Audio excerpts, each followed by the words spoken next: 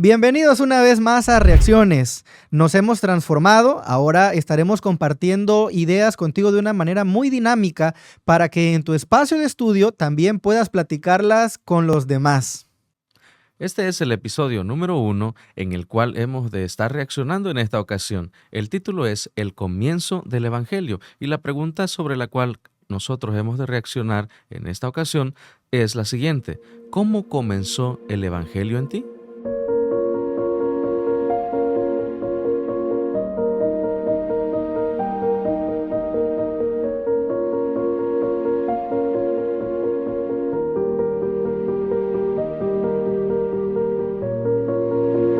¿Quién escribió el Evangelio de Marcos y por qué lo escribió?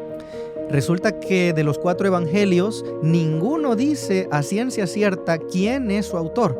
El que más se acerca a dar esta información es el Evangelio de Juan. Sin embargo, en la tradición primitiva encontramos una referencia al joven Juan Marcos, un hombre que fue compañero misionero de viajes de Pablo, de Bernabé y posteriormente de Pedro. Justamente a él se le atribuye la escritura del Evangelio que lleva su nombre. Durante los siguientes 3 meses conoceremos las aventuras, las peripecias, los desafíos que tuvo que enfrentar este joven misionero, de tal suerte que podremos descubrir cómo es que un misionero fracasado y desanimado pudo haber sido considerado por Dios para predicar el Evangelio y por qué se le permitió que escribiera el Evangelio que estudiaremos en esta serie. Se asume con la evidencia bíblica que Juan Marcos era un joven que venía de una familia económicamente adinerada o pudiente, como podríamos decirle. Así que un joven pues que tiene todos los recursos, que no necesita nada, prácticamente tiene un estilo de vida diferente. La narración nos da a entender de que él se unió a este equipo misionero de predicación como un tipo de jóvenes que ayudaban a los más expertos. Así que en el primer viaje que él emprende, en la descripción del capítulo 13 de Hechos de los Apóstoles, del versículo del 1 al 13, encontramos que él se unió a este grupo misionero. Sin embargo, cuando están cumpliendo la misión, él se enfrenta a algunos desafíos. Podríamos llevar a definir que la comodidad de donde dormían, el tipo de alimentos que tenían y por supuesto también el enfrentarse a personas que no estaban muy de acuerdo con la enseñanza que se llevaba, con el mensaje que se estaba compartiendo. Por eso el versículo 13 de Hechos capítulo 13 nos dice que él se apartó. Es ahí de donde veíamos en la primera parte introductoria que hablábamos de un joven fracasado. ¿Por qué? Porque su fracaso fue no soportar la presión de lo que llevaba a llevar el evangelio, el mensaje a aquellas personas que ignoraban la verdad de Cristo Jesús. El relato bíblico nos va a mostrar también cómo el apóstol Pablo no solamente no veía con buenos ojos el trabajo de Marcos, sino que además lo consideraba como una persona muy poco confiable. Hay que recordar que el apóstol Pablo estuvo acostumbrado a experimentar sufrimientos, a pasar muchas necesidades, todo por el propósito de compartir la palabra de Dios. Entonces, ver a un joven inexperto que se desanimaba con gran facilidad, como que no le daba la impresión de que pudiera llegar a convertirse en un heraldo del evangelio. Sin embargo, Bernabé, por su parte, creía que este joven, con el tiempo y al darle nuevas oportunidades, podría ir tomando esa experiencia que se necesitaba para cumplir en el campo misionero. Bernabé fue esa persona que le dio una segunda oportunidad al joven Juan Marcos y de esta manera, al tener nuevos espacios, nuevos contextos para implementar estrategias evangelísticas, fue el momento y fue el lugar en el que Dios pudo fortalecer ese sentido misionero en el joven Juan Marcos.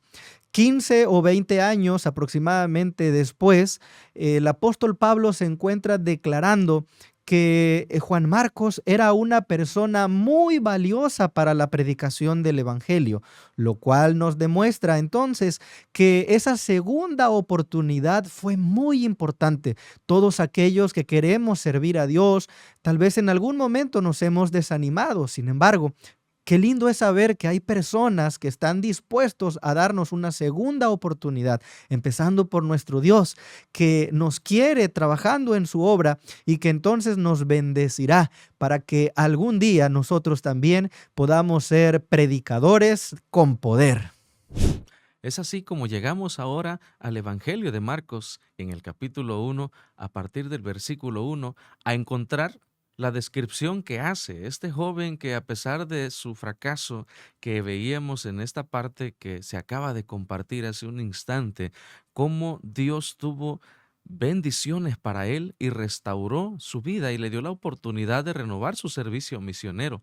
Muchos podríamos identificar nuestra vida en la de Juan Marcos, y la descripción del Evangelio de Marcos empieza en el capítulo 1 diciendo: principio del Evangelio de Jesucristo, Hijo de Dios.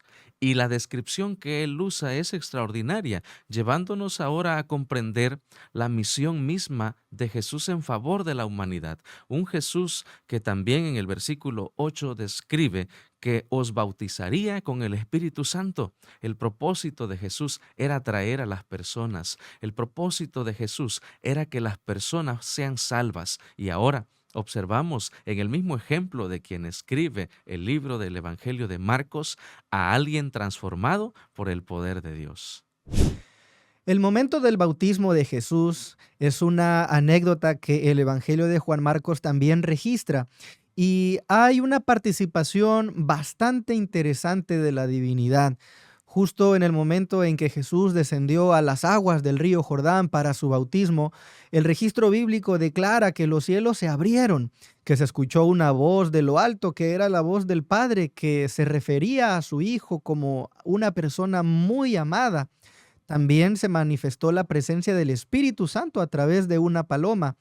Ese momento crucial en el inicio del ministerio de Cristo también se replica en el tiempo de la crucifixión. Justo en un momento de mucha angustia, de mucho dolor y de mucho sufrimiento, pero que era un evento necesario para la redención de la humanidad. Justamente en la cruz también la Trinidad estuvo presente, y eso nos demuestra la manera en cómo Juan Marcos está viendo el proceso de la salvación de las almas.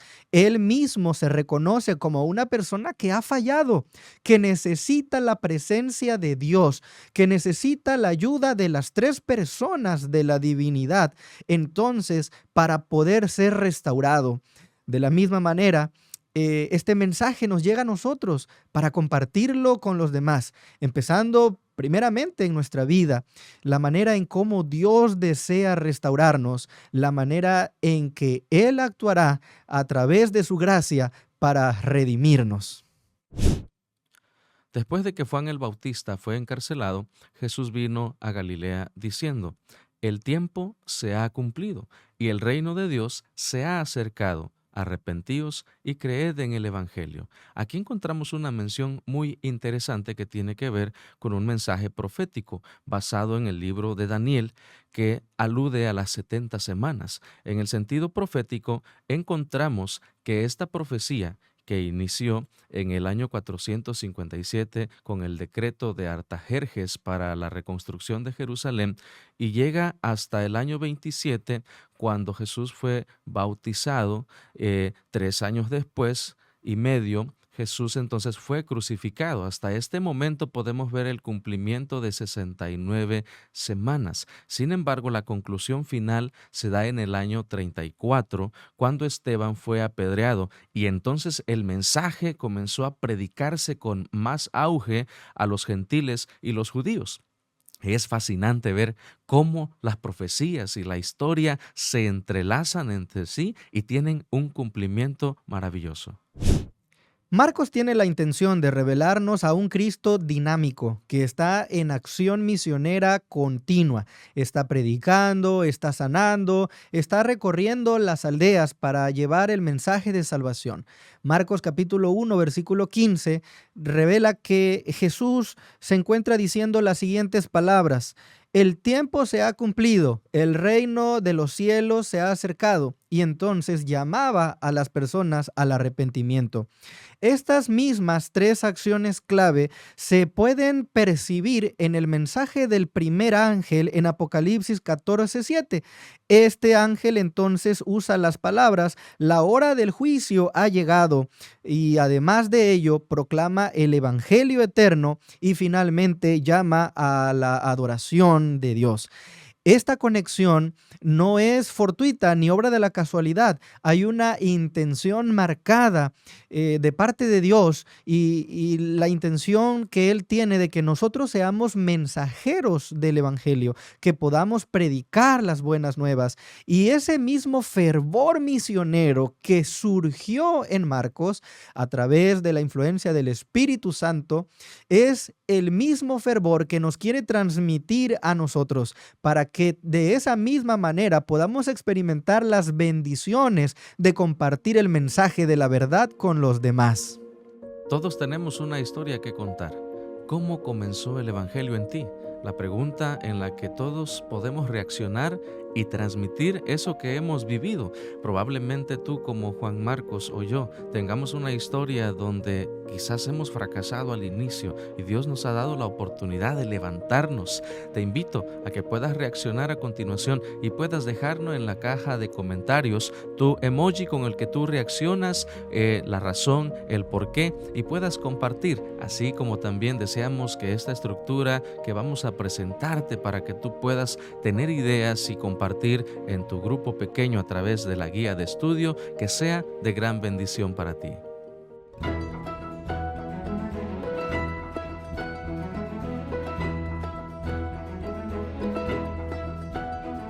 Los grupos pequeños son para unir a la iglesia en favor de los demás. Su formación es idea de Dios y Él es alguien que no puede errar. Los grupos pequeños